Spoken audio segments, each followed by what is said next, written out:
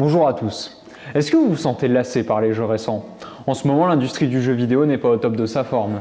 L'après-Covid ne lui a pas fait beaucoup de bien et ça se reflète surtout sur les grosses productions qui deviennent tout un peu fades en vérité. Heureusement, cela ne concerne pas tous les jeux. Les jeux indépendants s'en sortent bien, voire même très bien. Mais qu'est-ce que c'est un jeu indépendant? Un jeu indépendant, c'est un jeu qui a été créé par une petite équipe sans soutien financier d'un éditeur. On se retrouve avec des jeux financés par des personnes tierces et une petite équipe qui se retrouve à faire aussi toute la partie marketing, communication, test et débogage avec un minimum de moyens financiers. On retrouve un état d'esprit et des situations similaires aux jeux rétro.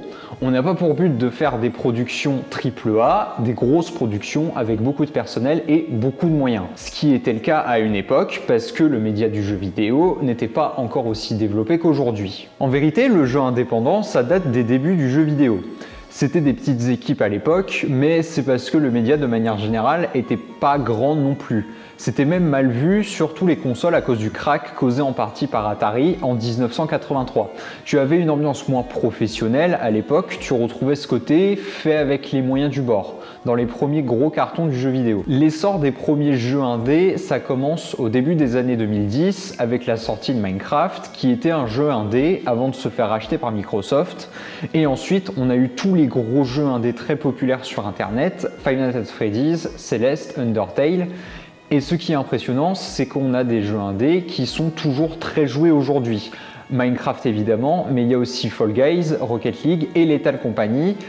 Ça a moins d'impact qu'à une époque et ça a réussi à trouver sa communauté. Dans les jeux indés, on retrouve une simplicité qui fait penser aux premiers gros cartons du jeu vidéo.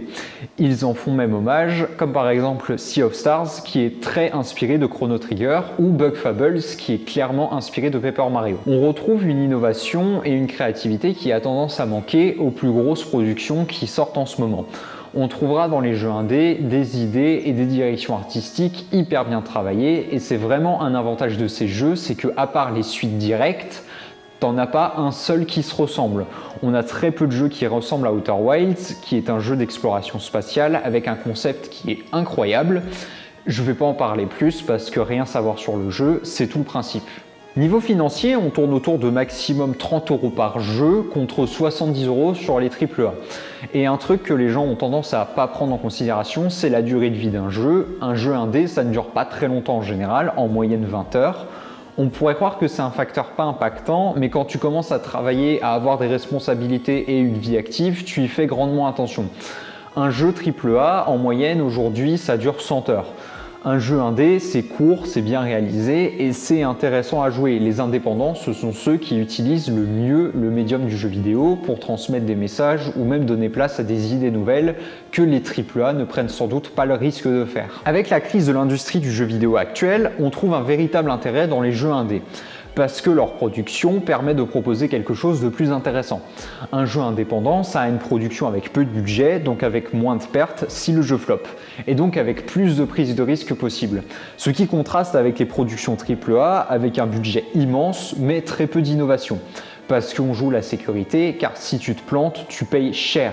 Un jeu indépendant, il va moins faire subir à ses créateurs s'il ne marche pas qu'un jeu comme Concorde qui a un budget de 200 millions de dollars, mais le jeu il s'est vendu à 25 000 exemplaires, ce qui a causé beaucoup de problèmes, dont la fermeture d'un studio. Il y a aussi moins de pression venant de la demande cliente. Les joueurs, même si certains sont exigeants, ils ne s'attendent pas d'un studio indé qu'il fasse un AAA. De toute façon, un joueur qui veut un AAA, il ne va pas jouer à des jeux indés, donc ça ne sert à rien d'essayer de les satisfaire. Comme ils n'ont pas autant de moyens que les grosses boîtes, ils sont obligés de passer par autre chose que les graphismes pour satisfaire le client. On retrouve des jeux avec un concept simple, comme Balatro, qui est un jeu de cartes classique, mais qui incorpore le Joker, la carte que tout le monde sort du jeu, de façon intelligente. On peut voir certains gros studios qui vont essayer de faire des jeux avec moins de budget, comme par exemple Square Enix, qui a fait un jeu qui s'appelle Octopath Traveler. C'est un jeu en pixel art très sympa qui a coûté entre 10 et 15 millions de dollars. C'est minime pour des standards actuels. Le jeu a été très bien reçu et c'est très bien vendu par rapport à son coût de production. Est-ce que les jeux indépendants sont l'avenir du jeu vidéo? Je ne dirais pas forcément les jeux en eux-mêmes, mais la façon de les faire devrait l'être, oui. Avec les jeux indépendants, chacune des parties, le client et le producteur s'y retrouvent. On a des productions peu coûteuses et des joueurs qui peuvent profiter d'une direction artistique intéressante et d'un concept original. Si les AAA étaient des moins grosses productions, peut-être que l'industrie se porterait mieux en ce moment et qu'on n'aurait pas eu des affaires de licenciement massifs comme on a eu en 2024. L'indépendant, c'est ce qu'il y a de mieux pour les jeux vidéo en ce moment.